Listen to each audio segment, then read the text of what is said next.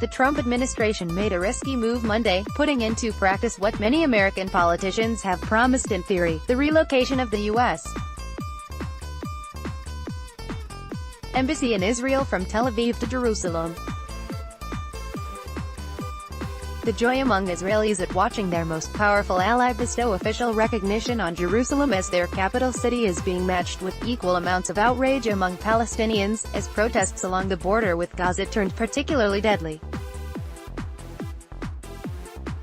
At least 52 Palestinians in Gaza were killed by Israeli troops by the afternoon, according to the Palestinian Health Ministry, and an additional 2,400 people have been injured.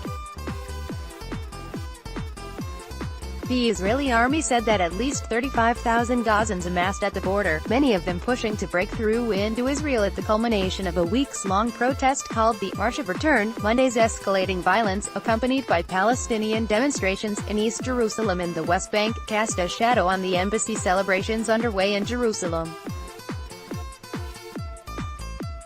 The demonstrations were expected to extend into at least through Tuesday, in a day of rage, called by Palestinian leaders to mark what they call the Nakba, or catastrophe, the Arabic term for the events of 1948, including the mass evictions of Palestinians as part of the declaration of the State of Israel. Dozens of funerals will only add to the feeling of the land once again gripped by war. Read more: how the idea of return has shaped the Israeli-Palestinian conflict for 70 years. There will be a Palestinian storm in the coming days whether I like it or not, says Mahdi Abdulhadi, a political scientist in Jerusalem and founder of PASSI, a Palestinian academic society for the study of international affairs. The Battle of Jerusalem is a battle over geography, demography and sovereignty. Exactly 70 years ago today, the newborn state of Israel declared its independence. The Arab world rejected the proposition of a Jewish state in the region, as well as a partition plan proposed by the United Nations the previous November, and declared war. That conflict ended with an armistice in 1949 that left an embattled Jerusalem divided into two parts, a western half that was Israel's capital, and an eastern half in Jordan. In a subsequent Middle East war in 1967, Israel wrested land from all of its immediate neighbors, gaining East Jerusalem and its coveted Old City, with its various holy places.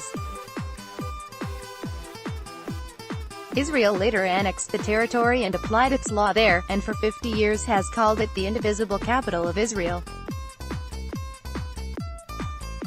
Prime Minister Benjamin Netanyahu used those exact words Monday while speaking at a dedication ceremony marking the official move of the U.S. Embassy to a building that had been intended for consular services. He told the crowd that as a child he used to walk on the exact spot on which the now embassy stands, on what were then just fields near a no-man's land in the Jordanian border. I would approach this place right here, but only so far, because my mother told me, you can't go any further, it was exposed to sniper fire. Netanyahu said, and then paused. That was then, this is now. Today, the embassy of the most powerful nation on earth, our greatest ally, opened here, he told the crowd, to rousing applause. For Israelis, Sunday was the official day marking the reunification of Jerusalem. To Palestinians, the very same date marks the occupation of the city. Many Palestinians are still hoping to see the creation of a Palestinian state with its capital in East Jerusalem, coexisting with Israel in a two-state model that many hoped would result from the Oslo Accords first signed nearly 25 years ago. For President Donald Trump to move the U.S.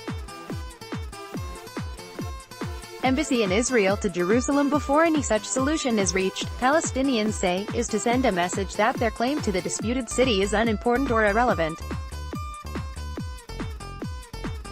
Read more: Gaza is once again at the center of violent clashes.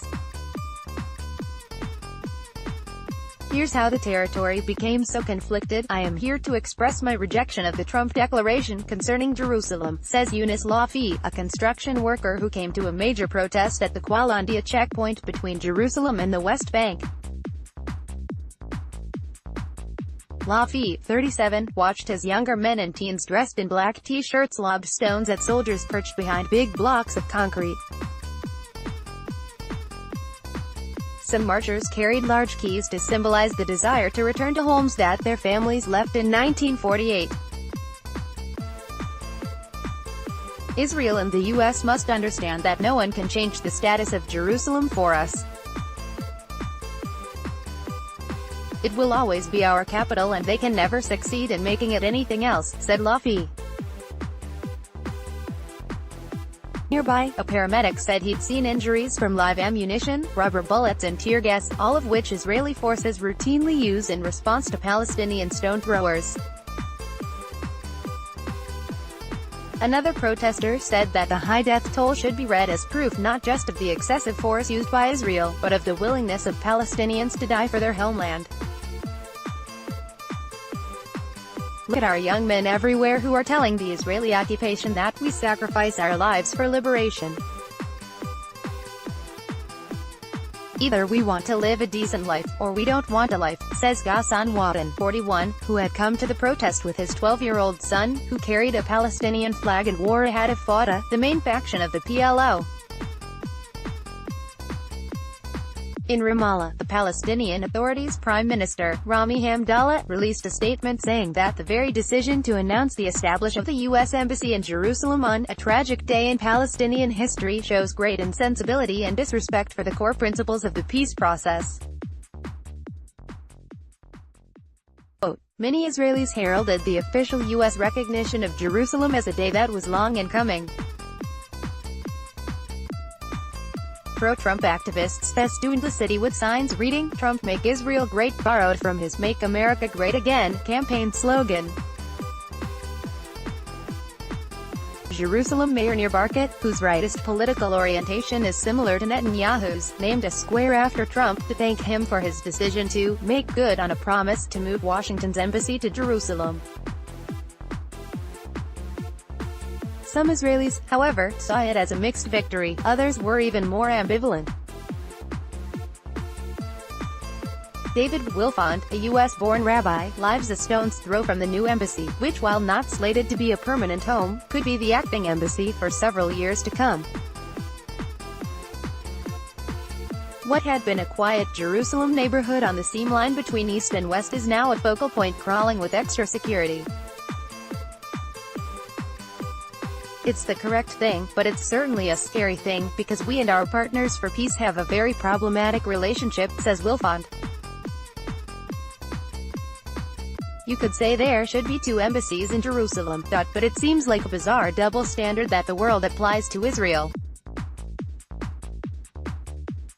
Does anyone say to the Cypriots you can't put your capital there because the Turks used to be there? Another local resident, Naomi Shachter, was one of several Israelis who launched a court challenge over the placement of a massive new security wall planned for a hilly road that overlooks the embassy and the pastoral landscape of East Jerusalem, the West Bank, and on clear day, the Dead Sea and Jordan.